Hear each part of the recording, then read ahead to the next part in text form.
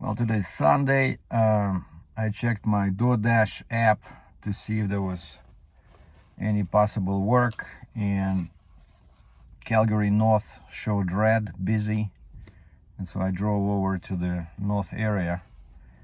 And as soon as I clicked on Dash, everything went dead pretty much. I sat in the coffee shop for like 10-15 minutes, nothing. So I clicked to end Dash, which I do sometimes just to see what's going on with the zones, and sure enough, the north was gray. Like I couldn't dash again, but that just showed me why it was slow. Like, oh, now they implemented a new feature where in the middle of the screen on the left it says EST dot 2 to 8 min dot.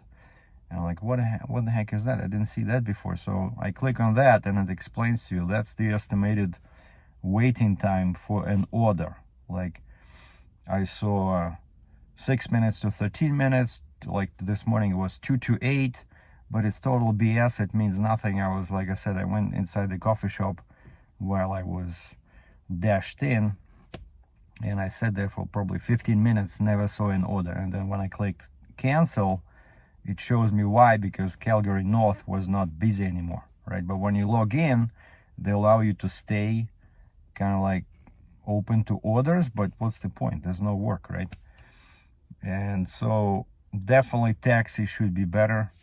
Like I mentioned before, the big deal with taxi, Uber taxi, in my opinion, is that you can get orders anywhere, right? Whereas for food, you have to be near a restaurant. So whenever you deliver, usually to a house or apartment building, right, there's no restaurants there, right? So you have to, there's always deadhead miles. So you have to go back to the area where restaurants are, right?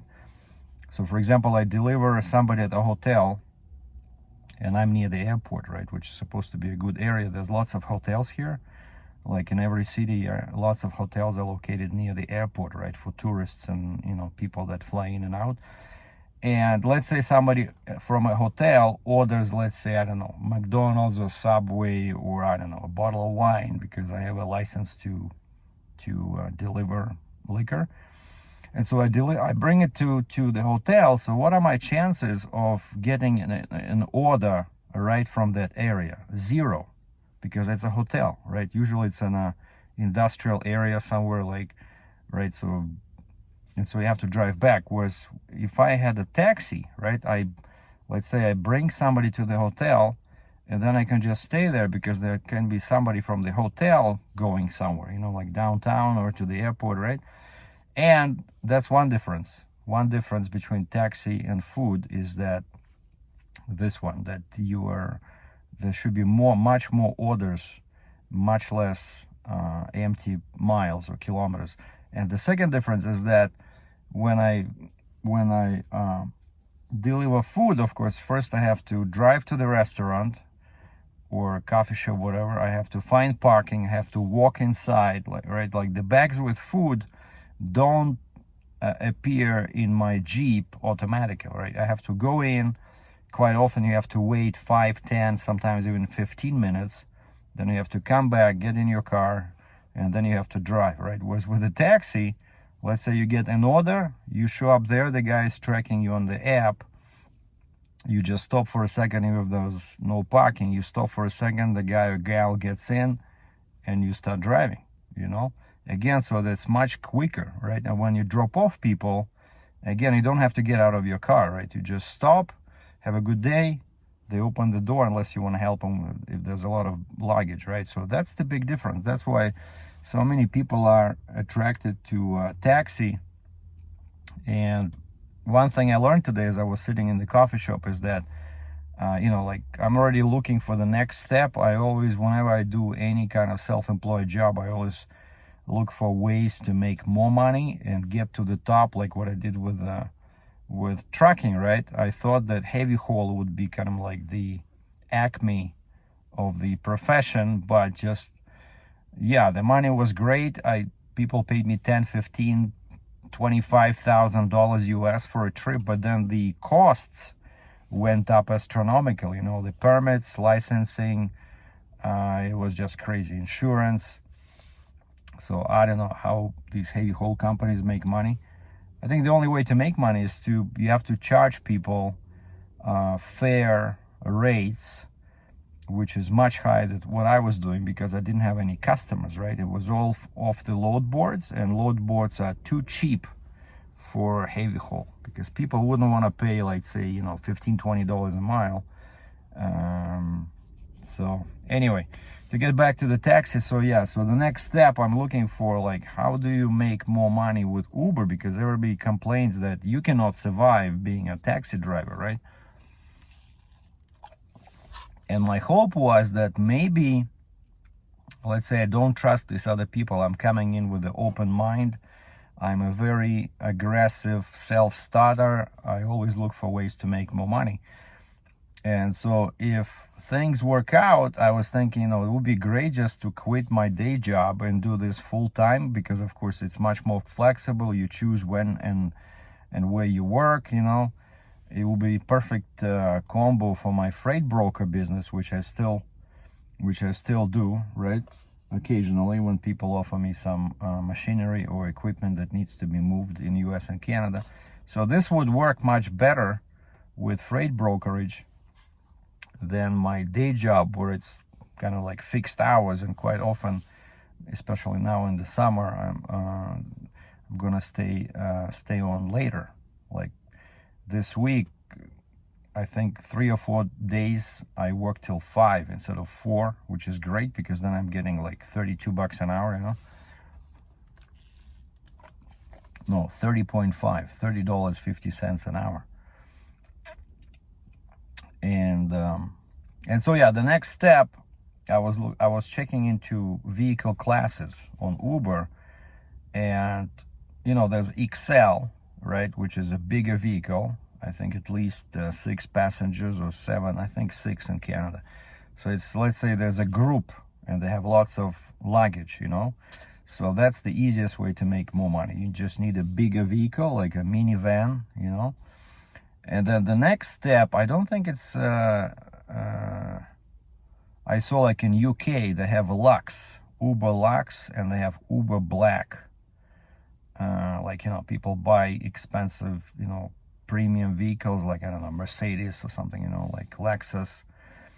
There's special requirements where you qualify for this Lux, and then of course people pay more money, like they charge more. So I think that's the only way to make more money with this, either have a bigger vehicle than normal, because my Jeep, it's comfortable, it's super nice inside, all leather, stitching, and it's only 1 year old, excellent vehicle, but it's only 4 comfortably. In the back, 3 people won't be comfortable. It's maybe 2 grown-ups and a kid, then it would work. But that's why I'm starting, right? I'm starting this, but then later, if it works, if I see the potential, I can get a minivan, or maybe even DoorDash just offered me an order from Starbucks, $4.25, and the total distance is 10 kilometers, which means, I know from experience, that somebody offered, like, the base fare is $4 always with DoorDash. If this one pays $4.25, that means that somebody added 25 cents as a tip. So I'm not driving 10 kilometers for $4.25. So I click cancel. So of course now my acceptance rate, it says, are you sure? Current rating 56%. If you cancel, 55. I said cancel, but I definitely don't want to go below 50. But anyway, so either a bigger vehicle like a minivan or a big SUV, but those have very poor fuel economy, right? So you're gonna go broke. So a minivan, they're not that expensive, but luxury, of course, would be, kind of like copying the movie The Transporter, right? That's what the guy was doing. He had in the first movie, he had a Mercedes, Beamer. He had a BMW. In first film, Transporter 1, and then Transporter 2 and 3, he had an Audi. you know, but those are like 100, you know, 120 grand. So I don't know, but there's definitely some potential, something interesting, you know. So that's one thing I was thinking about while I'm waiting for these orders, and which is ridiculous, can be ridiculous. $4 for 10 kilometers. Forget it. Of course, there's no guarantee that taxi will pay better, but like I said, with taxi you don't have to get out, right? It's quicker, I think, you know. Oh, and with Uber, you know, they give you an option, like you want to do both taxi and food, or you just, let's say today you start working and you click, there's 2 boxes there, and you just check which one you want to do. You want to do only food or only taxi, or you want to do both. So I definitely, when I'm approved, I'm just gonna turn off food and do taxi only for Uber. DoorDash, sometimes, you know, when they're very busy, actually you can make good money. Like I still remember once I picked up an order from the same coffee shop. It was two orders, and they were going total of, I don't know, 5 kilometers, 3 miles, and I got paid $20. You know, basically $20 in 10 minutes. You know, but that was downtown, and I think it was Saturday or Sunday afternoon, which is today, Sunday. So later on I might go downtown, because Sundays in Calgary there's free parking downtown. Like all those signs, you know, like, oh, you have to pay, do not apply on Sunday. Of course, unless there's a sign that says no parking. And so yeah, that's what I spend my time wondering about. I'm a thinking type of a guy, detail oriented, always looking for ways to get ahead.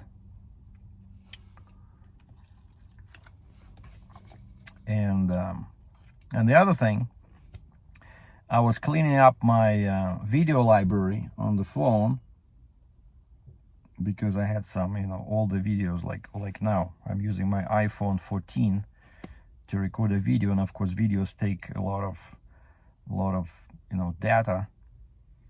And oh, a lady is driving a nice Audi, but it's a small one, A3. You see that one, that blue one over there, A3. I don't think that would qualify as a luxury vehicle. Has to be bigger. What's the bigger one? A4, A5. I'm not big on German cars, but I know in Russia, I remember, man, people were crazy when all this, you know, when the Soviet Union started falling apart and people were able to afford imports, and they became available. Was before, you know, it was impossible to get one unless you knew somebody somewhere. And the most popular vehicle was BMW. People were going crazy over BMWs. I don't know why. And then, which is funny, because when I came to Canada and I became a tow truck driver, I started learning which cars were more reliable and which cars were less reliable.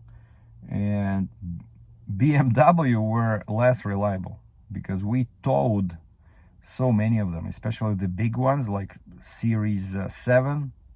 Right? I still remember they sent me to Etobicoke, western part of Toronto, to pick up pretty much a 3-month-old Beamer 7 Series, you know, a huge one, which was totally dead. You know, like they always, back then, this was 2001, 2002. Sorry, they always had issues with electronics. And this lady, the owner, you know, we started chatting. She was Polish, you know, beautiful woman, and you know, and we started chatting, and I was just curious, how can she afford a car like this? I think back then it was like 120 grand. And she said it was a gift from her boyfriend. That's a nice boyfriend, you know. And she said the car was 3 months old. So I showed up there with my tilt and load truck, kind of like what I'm driving now for equipment rental deliveries. And because, you know, the car is low, right? So they always, expensive cars, they prefer a tilt deck truck instead of a regular tow truck. And so, yeah, that was Beamer. And another one was, like Mercedes was good. Mercedes was much better. But Beamer, out of all the German cars, I think BMW was like back then at least it was the worst one. So I would never get into a Beamer, like as an owner myself. But you know, Audi and Mercedes, I think German cars are nice, but service, I think service and parts would be expensive. Japanese should be cheaper and more reliable, like Toyota, Nissan, you know, stuff like that. And the second thing I wanted to mention is that, so yeah, I was going through my video library on the phone, deleting videos that I no longer need. Hold on 1 second. Oh yeah, DoorDash says keep dashing, it's steady right now. Oh yeah. So far in 2 hours you only offered me a $4 order for 10 kilometers. So I'm not in a very good mood towards DoorDash right now. And so I was going through the library, and all of a sudden I see myself sitting in a hotel room, and the first words out of my mouth are, "Today was an interesting day." I'm like, wait a second, when was I in a hotel? You know? You know me, right? When I was a trucker, that was my lifestyle. The lifestyle of the rich and famous. I had no apartment, right? So I was in a truck for 1 week or 2 weeks, and then when I come home to my home area, Cambridge, Ontario, I would just book a hotel. I would go to Niagara Falls, I would go to Toronto, so no worries. The room gets cleaned if I want it clean, free TV, free Wi-Fi. I love that lifestyle, you know. But some people are saying, "Oh, you wasted so much money." I didn't waste anything, you know. I wouldn't change anything, except what I would do now is, you know, save at least 10% of your income for future investment opportunities, you know. So let's say if I was saving, so now I could have had, you know, I don't know, 10, 15 grand sitting somewhere, right? I could have, you know, upgraded my car, got this minivan for Uber or something, you know, like there's always some investment opportunities, right? So you need to have something stashed away, you know, because your income is not going to be there all the time. It's going to be up, it's going to be down, right? So that's one thing I should have done. But I did make a lot of money when I sold the truck and trailer, right? So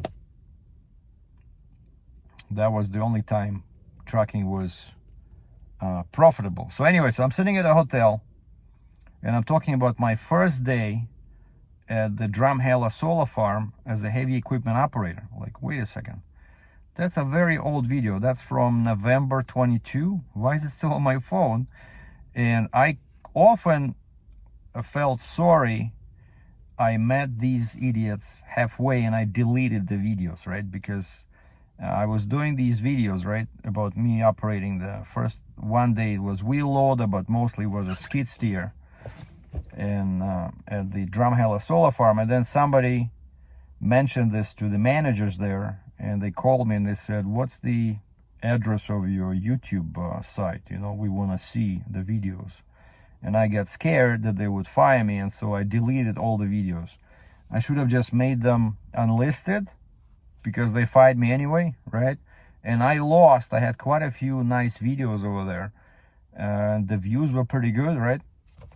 And so I lost them because I deleted them from YouTube, and I never keep raw videos on my phone or my camera. And so now I see this, like, wait a second, that's the video that I deleted from YouTube. So, and then I go back, I keep going, you know, from newer to older videos, and I see another video where actually that was the first one from day one, where they kind of like upgraded me to the wheel loader. They had a big John Deere, I think, or Cat wheel loader, articulated huge wheel loader with joysticks for everything. So it was a bit difficult to drive, you know, because it was so sensitive. The joystick was so sensitive. And I show the controls inside, and then I show the bucket. So there's basically a couple of videos that are still residing in my phone's memory. So never delete old videos, because then you see, like, that's what happened, right? So, we want to see where, you know, we want to see the videos. That's what the boss said at the solar farm. And I said, wait, You never told me that it was, the videos were prohibited. There's no signs anywhere. You know, like some commercial sites, they say, okay, no video, no photography, right? There was nothing over there. Nothing was said in the, you know, literature or rules of the site. And so, you know, but I was trying to be a good worker, and I deleted the videos. And then 1 month later, no, so I worked there for 2 months, right? From October till early December. Then December, I think it was December 11th, middle of the week, they didn't even allow me to finish the week, or even didn't allow me to finish the day. They called me into the office like around 2:30 or something, like in the afternoon, middle of the afternoon shift, and told me they had to let me go with no reason given. I hate those guys. So now, what we're gonna do, since now this is my private property, my videos, and there was no rules prohibiting videography at the site during the time when I was employed there. So I'm gonna recreate these videos, and so I'm gonna publish this one, and then you will see 2 videos, one about this, a short one about the wheel loader, and then the longer one where I talk about my impressions after the first day at work as they called us light equipment operator, I think. Yeah, because it was skid steer, right? That's what the job was. Not heavy equipment operator, but light equipment operator, skid steers. So we're gonna recreate these 2 videos, and I hope everybody at Drumheller Solar Farm will see them. Ciao.